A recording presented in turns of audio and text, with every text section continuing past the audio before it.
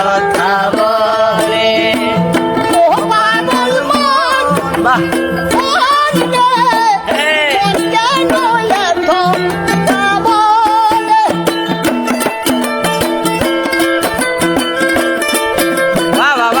আসলে এই জায়গাটা উঠে আমার প্রচুর ভয় লাগতেছিল যে এই জায়গাটা আসলে অনেক ভয়ানক। আর এখান থেকে নিচের দিকে তাকালে তো আরো এমনিতেই ভয় লাগতেছিল, আর বিশেষ করে দোলনাটা দুলতেছিল যার কারণে ভয় লাগতেছিল প্রচুর। আর এই জায়গাটাতে আমাকে অঘটন ঘটে, এখান থেকে আসলে আমি নিজেকে অনেক মানে খারাপ লাগতেছিল প্রচুর, যা বলার মতো আর কি না। আজ তো গাছের হতে